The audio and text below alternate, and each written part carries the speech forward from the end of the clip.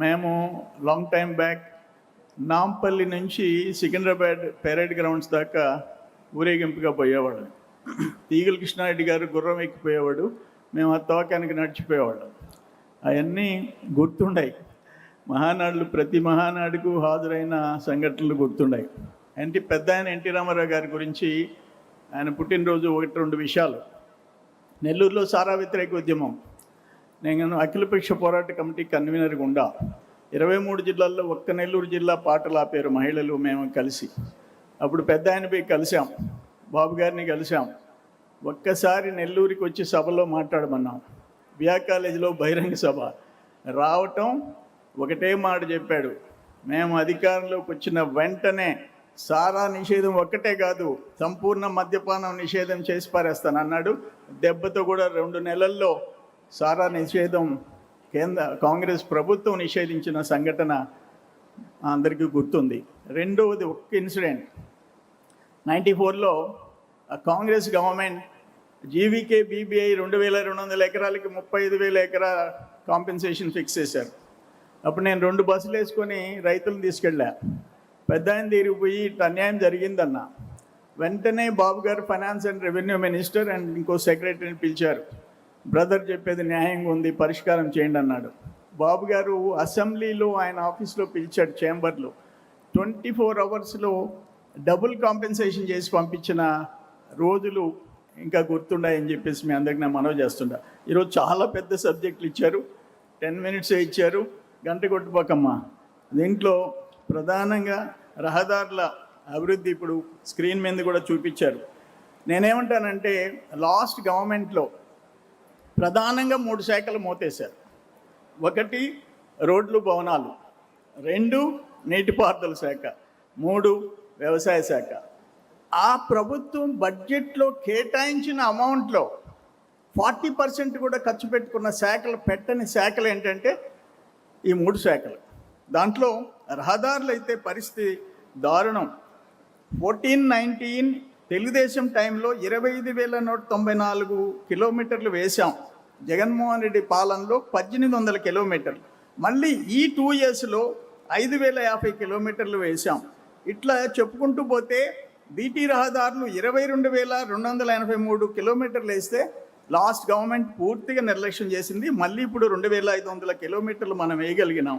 Bharatmala projects 5 ప్రాజెక్టులు 2014 and 19 దాదాపు వచ్చి 36,000 కోట్లు.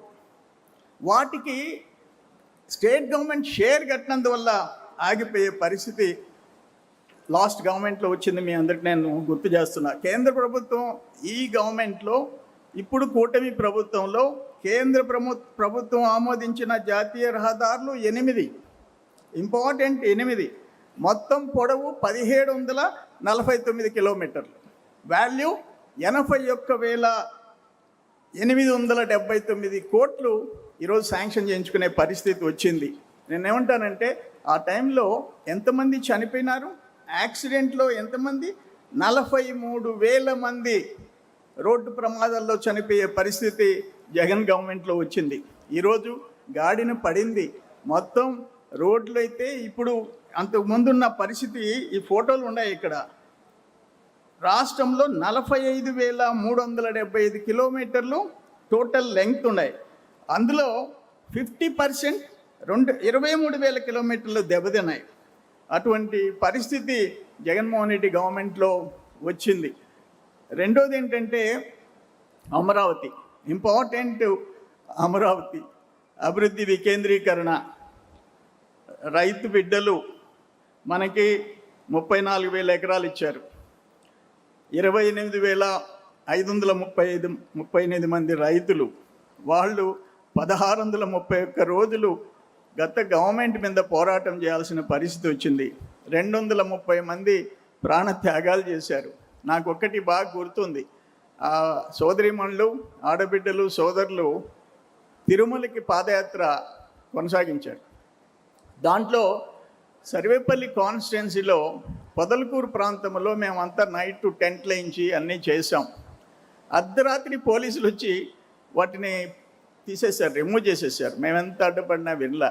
నెక్స్ట్ డే ఎర్రటి ఎండలో ఆ ఆడబిడ్డలు రోడ్డు మీద నిలబడుకొని రోడ్డు మీద కూర్చొని భోజనాలు చేసే పరిస్థితి వచ్చింది. దాన్ని ఎన్ని రకాలుగా 3 రాజధానులు అని చెప్పి మావిగన్ అని చెప్పి ఆ గన్ కల్చర్ ఇంకా అతనికి పోలే. ఈ అమరావతిని నాశనం చెయ్యాలని చెప్పేసి అతను చేసిన ప్రయత్నాలు మనం చూసాం. ఈరోజు 15,000 కోట్ల రూపాయలు కేంద్ర ప్రభుత్వం ఇచ్చి అండగా నిలబడింది.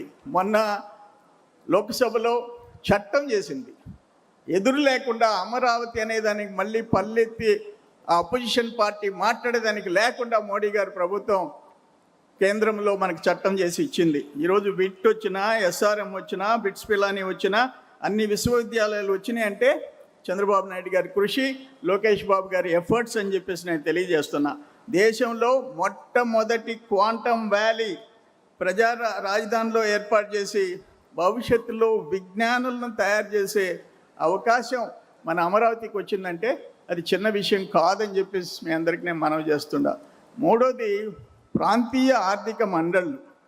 దాంట్లో ఉత్తరాంధ్ర ఆర్థిక మండలి విశాఖ చెన్నై ఇండస్ట్రియల్ కారిడార్ పరిధిలో విశాఖపట్నం కేంద్రంగా IT, AI, fintech, pharma, port ఆధారిత పరిశ్రమలన్నీ వచ్చే పరిస్థితి వచ్చింది.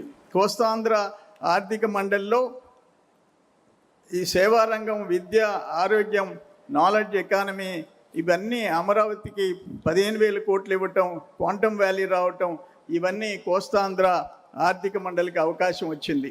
రాయలసీమకి మనం ఎవరూ ఊహించలే.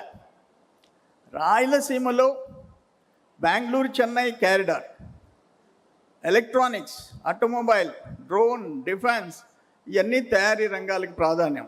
Shri City, Tirupati electronics clusters, green energy రంగంలో 150,000 కోట్ల పెట్టుబడితో దేశంలో అతిపెద్ద హబ్గా రాయలసీమ ఏర్పాటు చేయటం, వీటన్నిటిలో లోకేష్ బాబు గారి కృషి కూడా అనిర్వచనీయమని చెప్పేసి నేను మనవి చేస్తుంటా. 1,00,000 కోట్లతో ఉద్యానవన హబ్ ఏర్పాటు చేయాలని కేంద్ర రాష్ట్రాల పెట్టుబడి 60,000 కోట్లయితే ప్రైవేట్ సంస్థల పెట్టుబడి కేంద్ర రాష్ట్ర ప్రభుత్వాలు 40,000 అయితే ప్రైవేట్ సంస్థల పెట్టుబడి 60,000 కోట్లు. ఈ విధంగా రాయలసీమ ఆర్థిక మండలి ముందుకు పోయే పరిస్థితి తెచ్చుకున్నాం. ఈ కీలకమైన లక్ష్యాలు ఏంటంటే 29కి బాబు గారు ఒకటే చెప్పారు, 2029కి 20 లక్షల ఉద్యోగాలు కల్పన రావాలా, 3 ఆర్థిక మండలిలో సమతుల్య అభివృద్ధి ద్వారా, పెట్టుబడుల వికేంద్రీకరణ ద్వారా ప్రాంతీయ అసమానతలు తగ్గించుకోవాలని చెప్పి ఒక్కొక్క ప్రాంతం ఒక్కొక్క ఆర్థిక శక్తిగా పెరగాలని చెప్పేసి లక్ష్యంగా పెట్టుకున్నారు. అది మనం అందరం చూస్తున్నాం. ఇంత పెద్ద ఎత్తున 1,00,000 కోట్ల పెట్టుబడి 2 ఇయర్స్లో తేవటం బాబు గారి కృషి, అక్కడ మోడీ గారి సపోర్ట్, లోకేష్ బాబు గారి అనిర్వచనీయమైన ఆయన ఎఫర్ట్స్ ఇవన్నీ కలిసి వచ్చినాయి. ఇక్కడున్న జనసేన పార్టీ, పవన్ కళ్యాణ్ గారి అండ. అట్లే ఇంకోటి ఏంటంటే, ఒకటి ఇది ఇంపార్టెంట్ సబ్జెక్ట్, పేదల పక్కా ఇళ్ళు. ఎన్టీ రామారావు గారి సృష్టి. ఆ రోజు 5 సెంట్లు, తర్వాత కూడా మనం 3 సెంట్లు ఇస్తూ వచ్చాం. లాస్ట్ టైం ఆ గవర్నమెంట్ వచ్చింది. ఎంత దురదృష్టం అంటే 1 సెంట్ అర్బన్ ఏరియాలో, 1.5 సెంటు రూరల్ ఏరియాలో. అంటే 1.5 సెంటు రూరల్ ఏరియాలో ఏమవుతుంది? 1 సెంటుతో ఏం చేయాలి వాళ్ళు భార్యాబిడ్డలు? పులివెందుల్లో 8,000 ఇళ్ళు మున్సిపాలిటీలో 1 సెంట్లో కడితే, కాంక్రీట్ సంస్థ ఘోరంగా కడితే, ఈరోజు వాళ్ళు ఏం చెప్తున్నారు? నీ పులివెందుల్లో మేము పోయి గృహప్రవేశాలు చేసే ప్రసక్తే లేదు, చంద్రబాబు నాయుడు గారు మున్సిపాలిటీలో 1.5 సెంట్ ఇస్తానన్నాడని చెప్పేసి అడ్డం తిరిగే పరిస్థితి వచ్చింది. నువ్వు కానీ అదే రాక్రీట్ సంస్థ మీద యాక్షన్ తీసుకోలే, నువ్వే ఒప్పుకున్నావు ఆ రోజు. ఇవన్నీ చూసాం. నేను ఒక్క మాట అడుగుతుండా, ఒక్క మాట. జగన్మోహన్ రెడ్డి కుటుంబ సభ్యులు 4, దాంట్లో ఎల్హంక 29 ఎకరాలు, పులివెందుల 3 ఎకరాలు, ఇడుపులపాయ 3 ఎకరాలు, లోటస్ పాండ్ 3 ఎకరాలు, తాడేపల్లి ఎకరా 40 ఎకరాలు, 4,000 సెంట్లు. 4,000 సెంట్లలో నువ్వు 4,000 కుటుంబాలు ఉండమంటున్నావు. అంటే 4-5 కుటుంబ సభ్యులు అంటే 20,000 మంది దాంట్లో బతకాల నీకున్న ఇళ్ల స్థలంలో. వాళ్ళకి మాత్రం 1 సెంట్ ఉండాలా? ఇది ఎక్కడ న్యాయం అని చెప్పేసి నేను అడుగుతూ ఉండా. ఇటువంటి ఘోరాలు అమరావతిలో, దాదాపు అరకులో నీ గెస్ట్ హౌస్ కోసం 400 కోట్ల రూపాయలు ఖర్చు పెట్టావు, నువ్వు పర్మనెంట్ సీఎంగా ఉంటానని చెప్పేసి చేసావు. ఏదేమైనా నేను ఒక్క విషయం అయితే చెప్తుండా, ఈరోజు చంద్రబాబు నాయుడు గారు 2018లో ఎస్సీ ఎస్టీ సభ పెడితే వేణుగోపాల స్వామి టెంపుల్ ల్యాండ్స్లో ముందు మా అందరితో మాట్లాడి 1,80,000 కేంద్ర ప్రభుత్వం ఇచ్చేది 50,000 పెంచి 2,30,000 చేసి అప్పటికప్పుడు 24 గంటల్లో జీవో తెప్పించాడు. నువ్వు వచ్చేసి ఆ 50,000 కట్ చేసి నా ఎస్సీలు నా ఎస్టీలు అంటావు, 50,000 కట్ చేసి 1,80,000 రూపాయలు చేసావు. దాంట్లో 50-60,000 నీ మనుషులు దోచుకునే పరిస్థితి తెచ్చావు. మళ్ళీ బాబు గారు వచ్చారు, ముఖ్యమంత్రి అయినారు, పరిస్థితి అర్థం చేసుకున్నారు. 2,50,000 రూపాయలు ఇంటికి పెంచిన నాయకుడు చంద్రబాబు నాయుడు గారు అని చెప్పేసి నేను మనవి చేస్తుండా.